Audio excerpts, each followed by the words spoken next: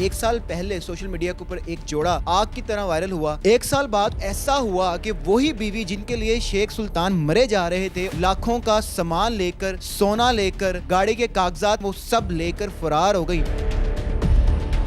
मेरा जो थी वो मेरे भाई को बहुत ज्यादा सुल्तान को पुश कर रही थी कि तुम अपनी माँ को ब्लॉक करो, डिलीट करो और उसका नंबर भी ब्लॉक करो। बेसिकली इनका पेशा है ये। एहसन ने अपनी बीवी को लूटा, हिरा ने मेरे भाई को और हमें लूटा। 5 से 6 घंटे सुल्तान वॉज इन द रूम। इसको बंद रखा उधर, ना पानी था उधर, ना खाना था और एक किस्म का हरासा मोबाइल नहीं था कि कांटेक्ट वो हमसे कर सके। मेरे बेटे को दबाने का, प्रेशराइज करने का, किडनैप करने का सिलसिला भी इसी चीज के साथ होता है कि वो उसको इतना प्रेशराइज कर दें कि वो बोल भी ना सके। जब इस औरत ने ये सुना कि इसकी माँ और बहन आ रहे हैं तो बस ये उसी वक्त सारा सामान लेके, ज्वेलरी लेके, ये सब कुछ लेके ये भाग गई अपने बाप और भाई के साथ। अस्सलाम वालेकुम, आप देख रहे हैं पाकिस्तान टुडे और मैं हूं आपका मेज़बान अनीब ज़हीर। एक साल पहले सोशल मीडिया के ऊपर एक जोड़ा आग की तरह वायरल हुआ। शेख सुल्तान और उनकी बीवी, उन्होंने 7 दिन के शॉर्ट टाइम के अंदर शादी की, मोहब्बत की और उसके बाद जो शेख सुल्तान थे वो क्लेम करते थे कि मैं जनूबी एशिया का सबसे बड़ा रन मुरीद हूँ। बेसिकली वो बताना ये चाह रहे थे कि मैं अपनी बीवी से कितनी मोहब्बत करता हूँ। एक साल बाद कुछ ऐसा हुआ कि वही बीवी जिनके लिए शेख सुल्तान मरे जा रहे थे और हर हद मोहब्बत की क्रॉस करने के लिए तैयार थे, वो लाखों का सामान लेकर, सोना लेकर, प्रॉपर्टी के कागजात लेकर, गाड़ी के कागजात लेकर और तमाम कीमती अशिया जिसमें कीमती जूते, कपड़े, शॉल्स, आप जो भी घर का कीमती सामान कह लें वो सब लेकर फरार हो गई।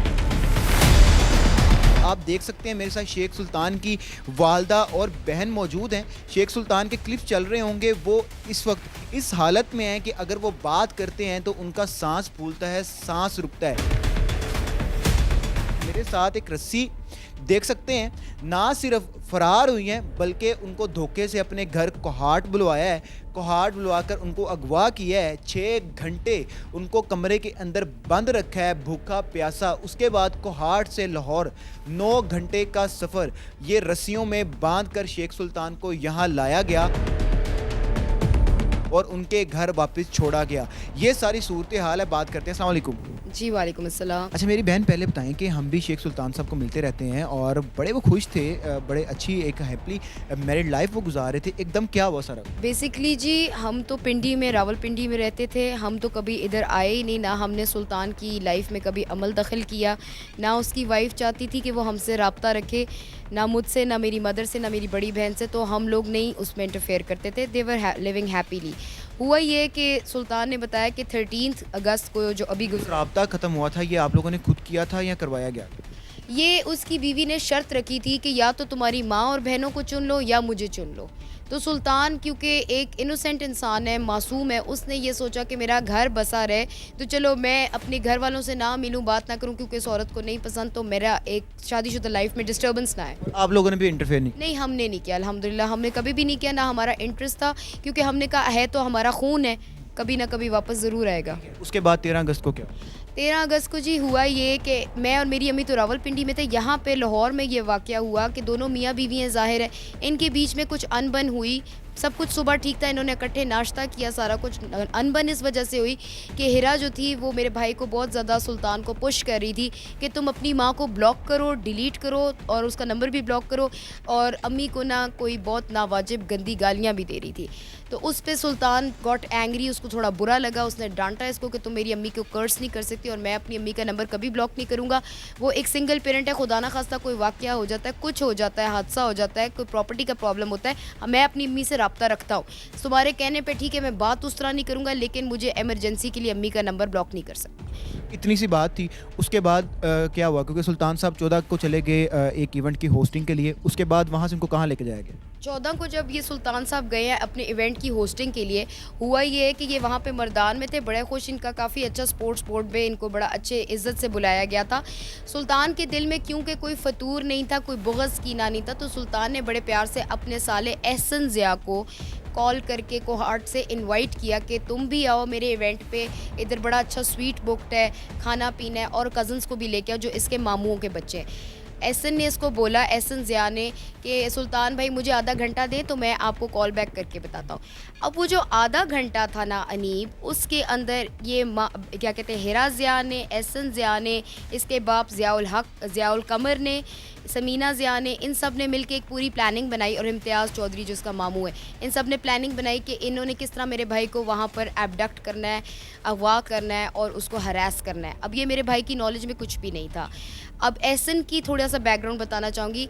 ये माँ बाप इनके इतने क्रिमिनल गैंग हैं, इनकी इतनी क्रिमिनल और मलिशियस इंटेंशंस होती हैं कि इन्होंने पहले एहसन की जो बीवी है मुज़दलफ़ा, she is in contact with me, उसकी फैमिली, उन्होंने मुझे बताया है कि 25 तोला सोना एहसन ने अपनी बीवी का चोरी किया है, सारा घर का सामान, सारा उसका जहेज़। इवन मैं जब अपने भाई की मंगनी के लिए कोहाट गई थी 2020 में, तो अर्बन डिके का एक आई पैलेट मिला था, वो तक मुज़दलफ़ा का था जो हेरा के पास था। तो आप सोचें कि इन्होंने अपनी भाभी की सारी चीज़ें छुपाई हुई हैं। तो इन्होंने ये बेसिकली इनका पेशा है ये। एहसन ने अपनी बीवी को लूटा, हेरा ने मेरे भाई को और हमें लूटा। उसके बाद वहाँ पर उनको रखा गया, उनको मारा गया, बताया गया, और उसके बाद अगवा किया गया। वो सारा मामला क्या हुआ ये जी कि 15 तारीख को मेरे भाई जब कोहाट पहुँचे तो वो तो शाम का वक्त था, वो टाइम तो नॉर्मल गुजर गया। वाक़या असल में 16 अगस्त 2022 को पेश आया है। 16 अगस्त को रात को एजाज़ मामू जो हिरा ज़िया के मामू हैं, उन्होंने खाने पे मेरे भाई को बुलाया था। ये खाना खा के जब वापस घर आए, बड़ा अच्छे तरीके से बैठे हुए थे, इनका जो लाउंज जहाँ लाल सोफ़े पड़े वहाँ बैठे थे। मेरे भाई ने इन्हें ऐसे ही मजाक से कहा कि आए चले लूडो का एक मैच लगाते ना। उसकी नीयत में कोई फतूर नहीं था।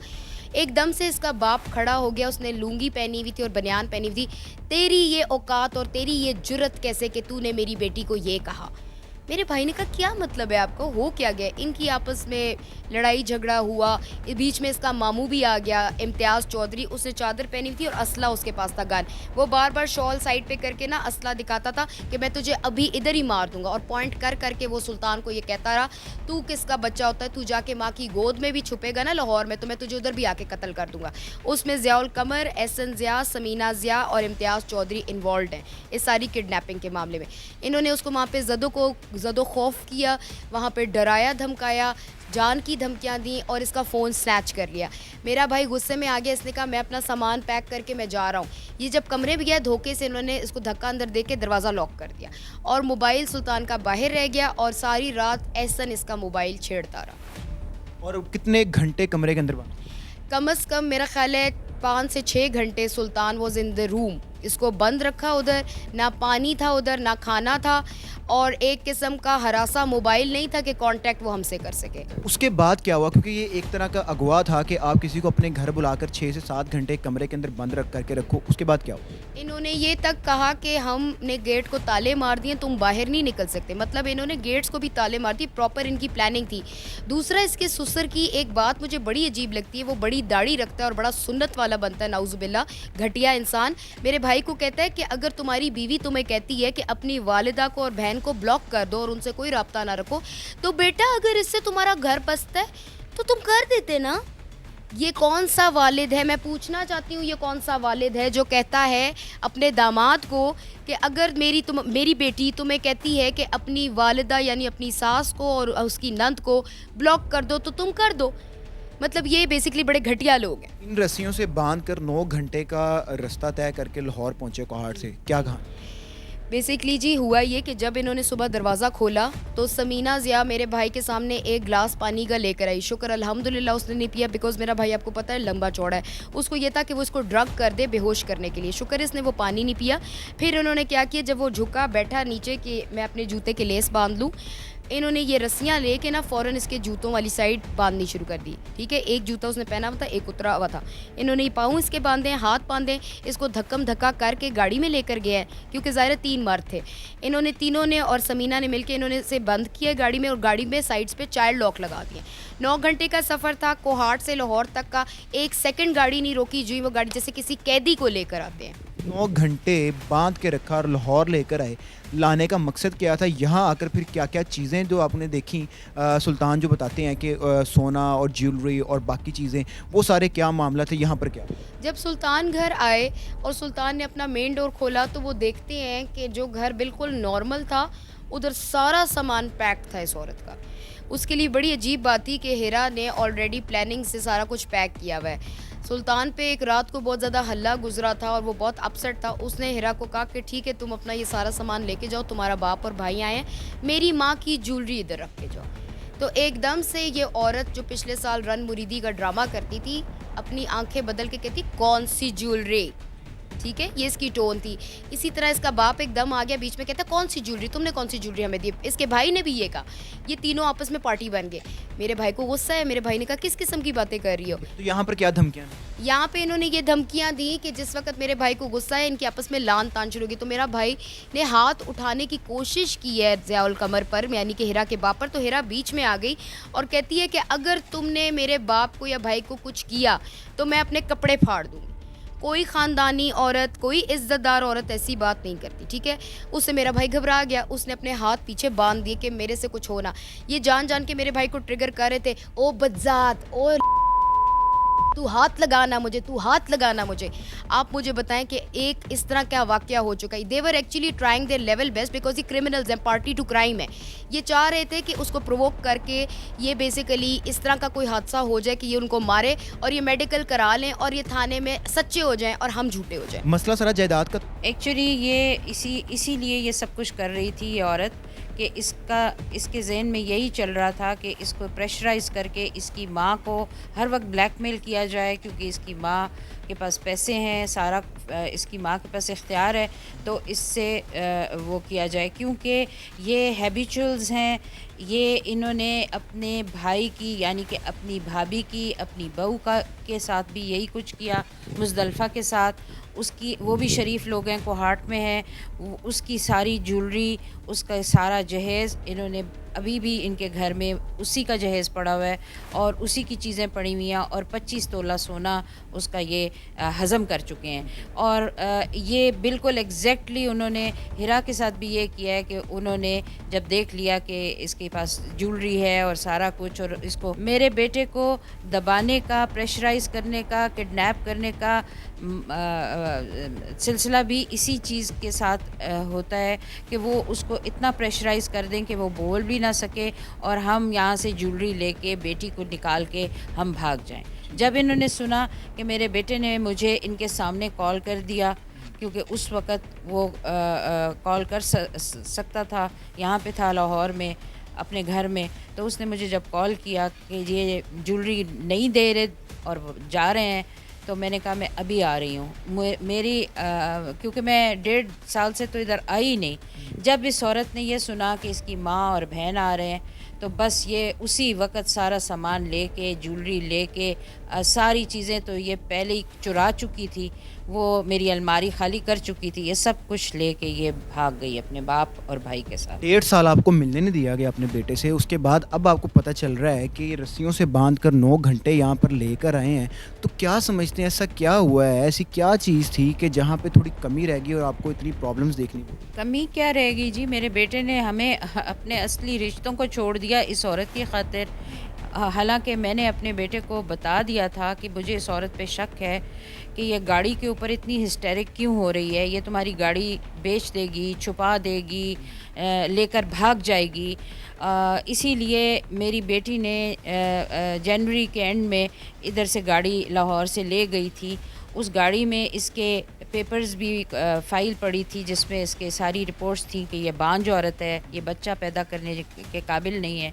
जब इसको ये सारी मामलात पता चले तो ये बहुत एग्रेसिव हो गई और उस दिन के बाद इसने अपने बाप और भाई के साथ मिल के ये सारी प्लानिंग करती रही और मेरे बेटे को मुख्तलिफ़ किस्म की ये चीज़ें लिख के कहती रही कि ये करो। इसकी डायरी भी पकड़ी गई और मसला सारा जायदाद सब, हाँ जी, पैसे का था और ज्वेलरी का था। और ये देखें जी, ये मैं जब आई हूँ तो ये गार्बेज के लिफाफे इतने बड़े तो नहीं होते, ये सारे लिफाफे मेरे घर में फैले हुए थे।